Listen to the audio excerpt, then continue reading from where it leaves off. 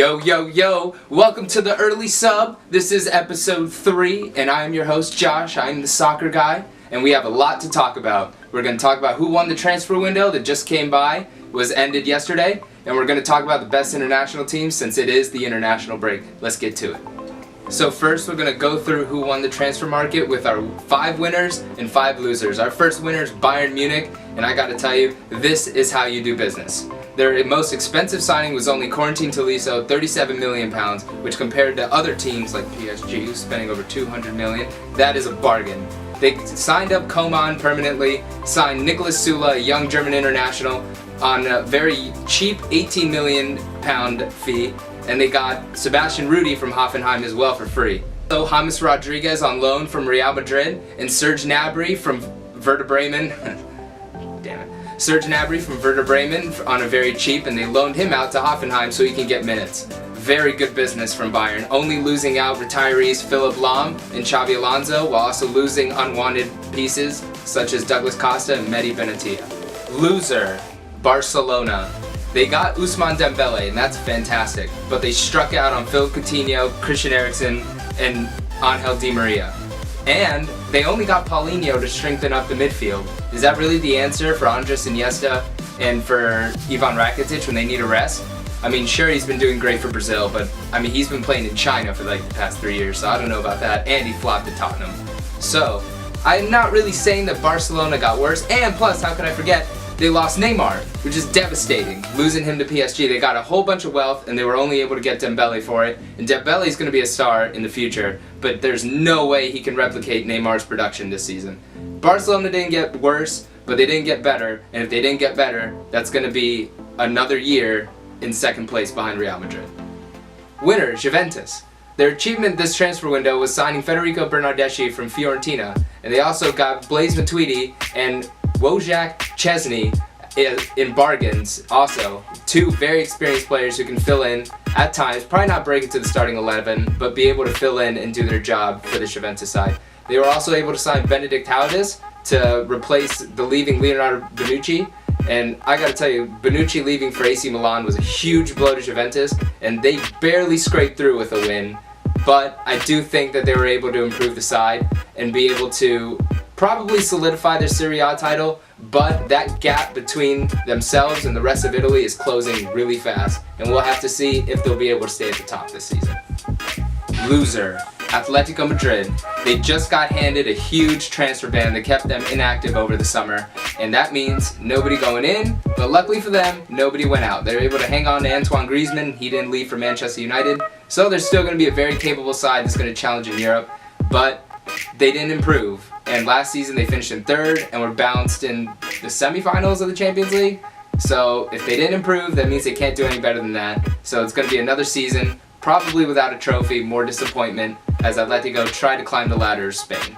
Winner, PSG. Did anybody have a better transfer window than PSG?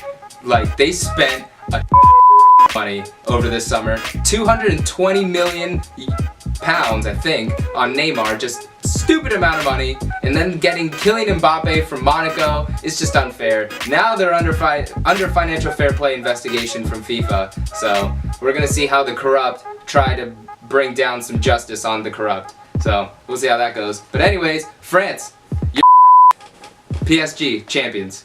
It's done deal. It's over. Close the season down. Winner, Manchester United.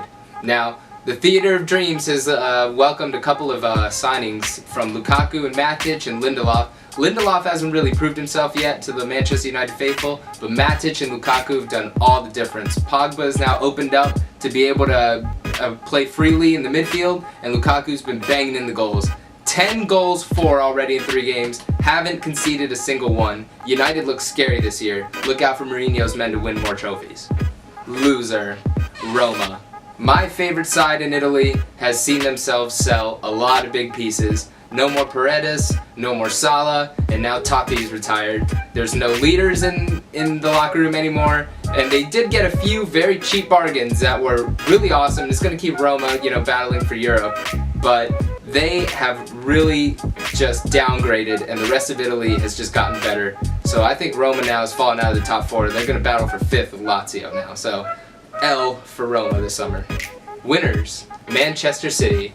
Pep Guardiola's big old bald head has brought in some more bright signings as the world-class manager continues to make City into a world-class team. Now, they don't look as gelled as United do, but they do have the pieces to compete for the Premier League, and they're definitely going to be up there. I definitely think that the trophy is going to be decided in Manchester this summer. It's going to be just an awesome battle. It's going to be lit. City. But they're going to lose. I think United's going to win the title. But awesome summer.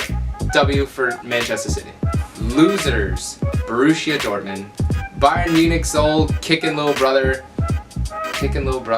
The Bayern Munich, the team that they bully all the time, Borussia Dortmund took a big L this summer as they lost their biggest young prospect, Ousmane Dembele, to Barcelona. So now they look a lot more depleted. Not as many attacking threats going forward. They're still a really good team. They're probably going to lock up second in the Bundesliga, but they really downgraded.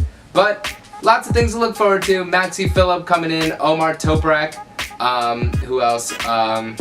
Jeremy Toljan, and also other great pieces for Peter Bosz to work with now that he's the new manager of Dortmund. But unfortunately, no ground made up to get to the top of Germany, so they're going to sit in second again. And losers. The final losers in this section is Benfica, because they spent another summer once again being Benfica, feeding the top clubs in the world some of their best players. Ederson, Victor Lindelof, and Nelson Semedo all left to big clubs, to Manchester City, Manchester United, Barcelona respectively. So they're going to be very depleted. They're probably going to win Portugal again, just to bring up some more exciting young prospects, just so they can sell them some more. It's the life of Benfica. It's the circle of life. What are you going to do? And now over to some news about World Cup qualifying.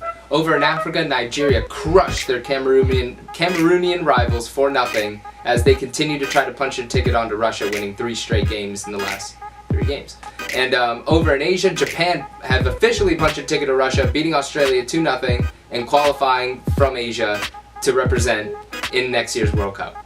Over in South America, Brazil continues to shine. They're already punching their ticket to Russia. They're already qualified.